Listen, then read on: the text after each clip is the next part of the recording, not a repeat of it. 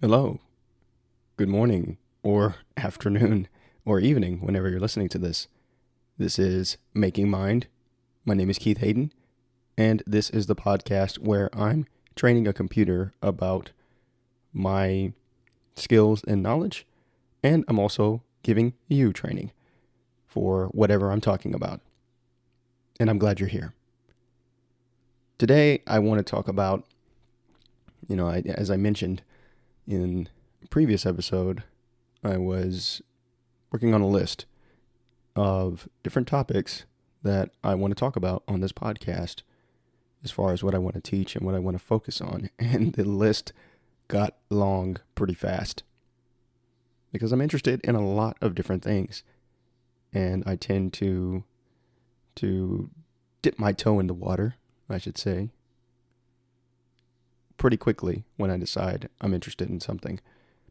But as I was kind of racking and stacking all of the things I wrote down, I was having trouble deciding what was the most important. Like, what should I really start with if I want to make this about a teaching and learning podcast for you and this computer? And I decided on a skill that I believe is probably going to be the most important, if not, it's already the most important going into the future. And it's a simple skill. It's learning how to learn. And a lot of people say this, they put it, I've seen it in pithy tweets and all over social media and everything like that. But it's interesting about learning because in many ways, it's never been easier to learn anything. But then our modern times also make it difficult because of just the sheer abundance of information. And it can be hard to narrow down a focus. So what I came up with is a list of 6 steps. Not really steps, but 6 things that I believe that you should do if you want to become a really good learner, if you really get really good at the skill of learning. And so I'm going to talk about those in this episode. Just recently, actually just yesterday, I put out my 50th music track. I'm a musician and I've been making music for a couple of years now. And it was the first track that I played guitar and recorded it. I wrote a little song and I played it. Now, I bought the guitar. Actually, my wife bought it for me. Maybe about 6 months ago, 7 months ago, something like that. It was fairly recently, and I don't practice every day. But how was I able to write a song with guitar and perform it and record it within 6 or 7 months? Well, I'll tell you that I followed a lot of, I do this intuitively now. It's not like I have a checklist and I go down a list of, well, I've got to do this, this, and that. But it's a mentality that I've embraced over a couple of years. This isn't quick or overnight, but I narrowed it down to these 6 things that allow me to learn things faster and implement them than most people do. So here we go. Let's dive into the 6. Let's talk about the first one, releasing ego. Now, I wrote it that way because I've seen this in especially older people who, decide they want to take up a new skill, but also in younger people too. I spend a considerable amount of time in high school setting. I'm a high school substitute teacher, so I'm around students, and it's funny how much they think they know. If you're of high school age, maybe you're like, whatever, he doesn't know. No, I know. I used to know too. I used to be a teenager as well a long time ago, and I used to know things. But it's amazing as you get older, then you realize how much you don't know. And it's just one of those kind of paradoxes of life. But anyway, releasing the ego is basically saying that I have room to grow. And even if I'm an expert in chess, or I'm an expert at math, or I feel like I'm an expert, at least I've done really well in math in school, or if you're older and you've been an expert salesperson, or you've been in business for multiple decades, or you've been in this particular industry, we all kind of get that niche of expertise in some way or another. I had it when I was in the military, and I've had it in I have it now in certain things like writing, things that I do just all the time. But to learn something new, you have to put that out of your mind. Because I feel like when you bring that into the new space, then you have yourself already to the standard. Well, I've already become this fantastic salesperson, or I've become this really good programmer. So there's no way I should struggle at playing guitar. I've already proved my competence. And I think that's what happens when we learn things, or when we're starting to learn things. We feel, especially if we already have multiple areas of expertise, we feel just stupid. We feel like, I should be getting this. I've done this other hard thing. It's taken me years of my life to master it and get good at it. I should be able to do this, no problem. This new thing. Well, I think that's the first step. You've got to let go of that mentality, because if you're good at one thing doesn't mean you're going to be good at another thing, especially it's not going to be an overnight thing. So give yourself that grace. Give yourself that time to just get into the new thing, learn the ropes, learn what works, learn what doesn't. That's helpful. The second part to my learn anything, I don't even know what I'm calling it right now. I'll probably come up with something after I finish this recording, but I guess my learn anything framework, learn anything fast, is selecting a resource. And I put selecting because I feel like this has become more difficult in our modern times. Recently I took up learning some Mongolian, because the Mongolian language, because I'll be traveling to Mongolia on vacation this summer. And so I always try and learn at least a little bit, some pleasantries, if you will, hi, bye, thank you, those types of things when I travel to different places. And Mongolian is a smaller language. It's not spoken by as many people as other languages. So it's a little bit more difficult to find materials, but I still have this issue of, what do I pick? There's Mongolian podcasts and YouTube channels, and there's news sources, and there's websites, there's all these different things. There's apps that will teach me Mongolian, but settling on the right resource, and you don't know what's right, because you can't try them all out. You just have to kind of pick one and stick with it. So it comes down to just what you feel comfortable with, what you gravitate towards. I tend to gravitate towards audio.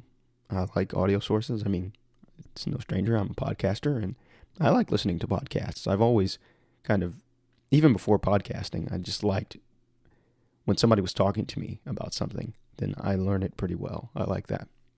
So how do you learn best? You have to think about that. And I think that'll help guide the resources that you choose.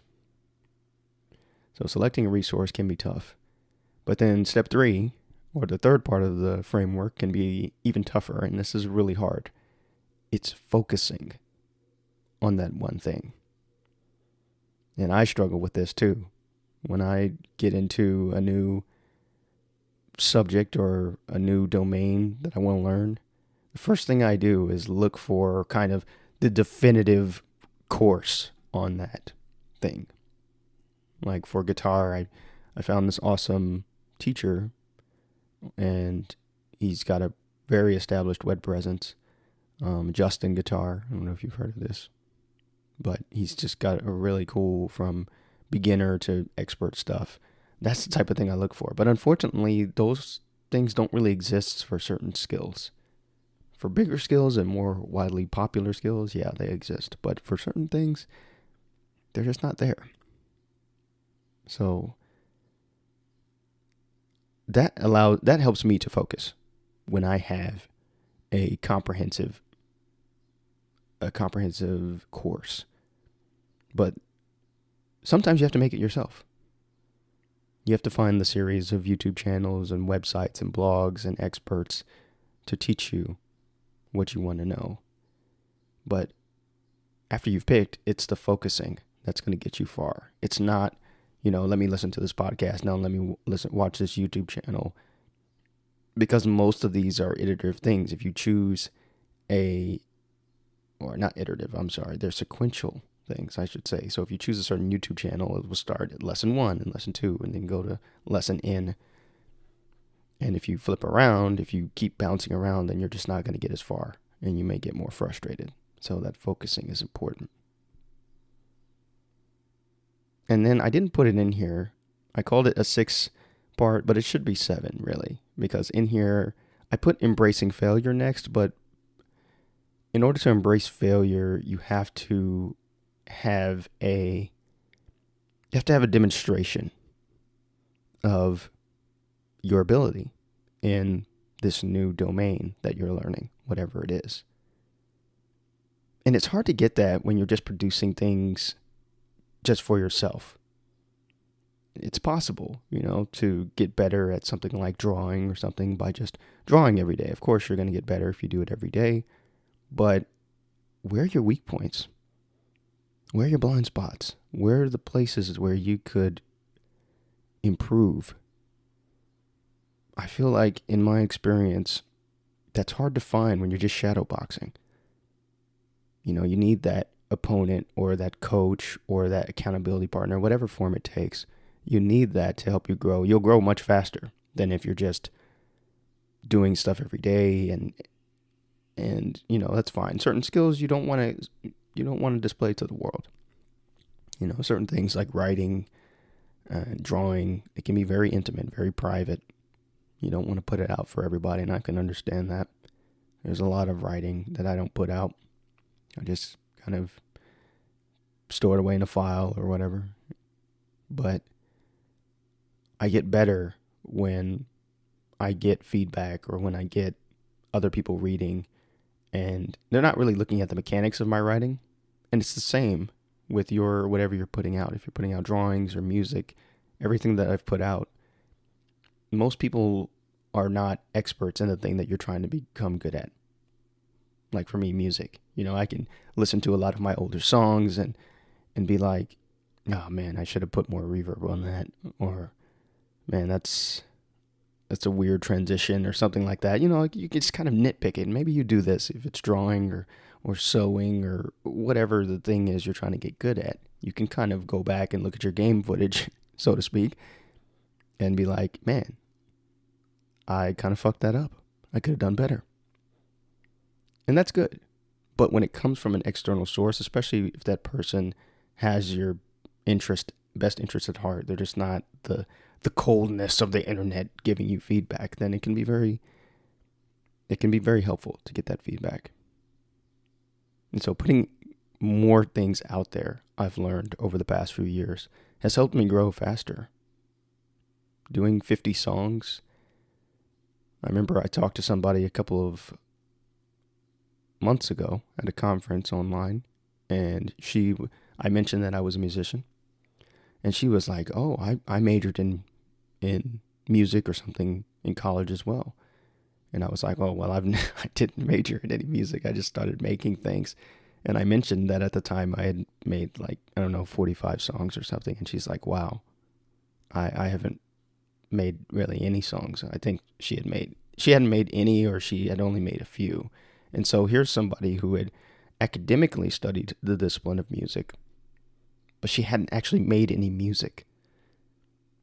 And I think that's totally possible in our day and age, where you can just be this theoretical expert really easily by just, guzzling YouTube channels and podcasts, and you can really just binge a lot of knowledge just for knowledge's sake. But I've never been that type of person. I've never been that just, okay, I want to just read about the theory and it's cool. I've always been like, okay, there's got to be a purpose to what I'm learning. I want to apply it somehow. And it's only been recently that I've started putting more stuff out, that I've been putting my applications out for people to use, to test, to give feedback to. So I think that's kind of a next level evolution if you feel comfortable. You don't have to do it as publicly or as often as I do. But I think some measure of open practice is helpful. It's the same reason why in, younger people in college and high school and, down to the lower grades, middle school and elementary school, they go to practice because they practice with their teammates and then they have a coach seeing them practice. So you're always getting that quick feedback. Sports is a good analogy because it provides really fast feedback loop of, oh, I didn't do that play right, or I ran too slow, or I ran too fast, and I didn't have as much control over the ball, or you know what I'm talking about. You just get the feedback really quick. You know when you blew it. Other people see it, you feel it. But in more academic type theoretical things like music, they're not very as physical. Well, they can be if you're playing an instrument, but they're not as physical as a sport. Then it can be a little bit tougher to get that feedback. So I transitioned unknowingly to the fifth part of my framework, which is getting feedback. And getting good feedback is hard. Because as I just mentioned, you kind of have to have, it depends on the source of the feedback, right? The open internet can often be a poor place of feedback. There's just people that you just don't know what side of the bed they woke up on. You don't know what day it is for them.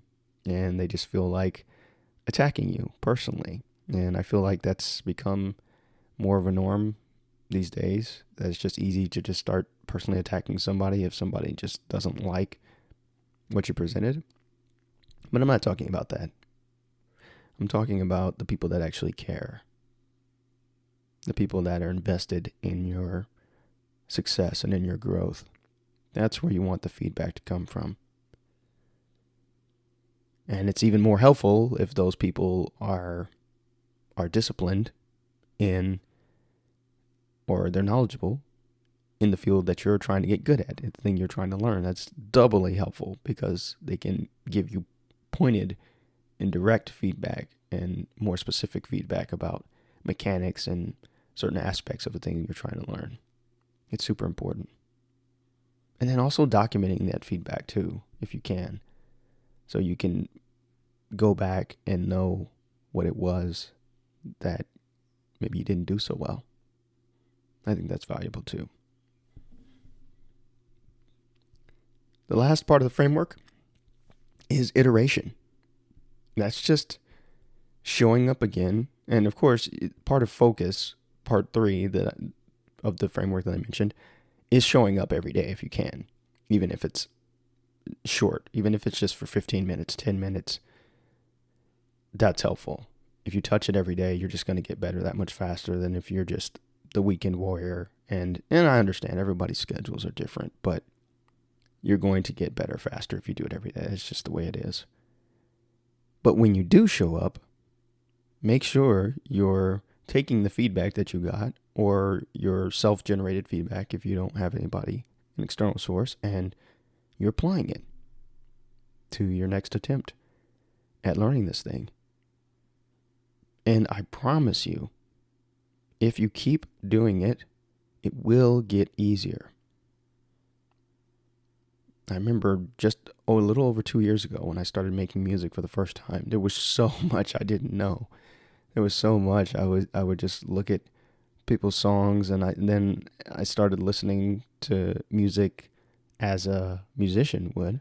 as a composer, and I was like, man, I have no idea how to make that happen. I don't know how to do that effect. I don't know how to do this. Focusing on what you do know, though, I think that's a mentality shift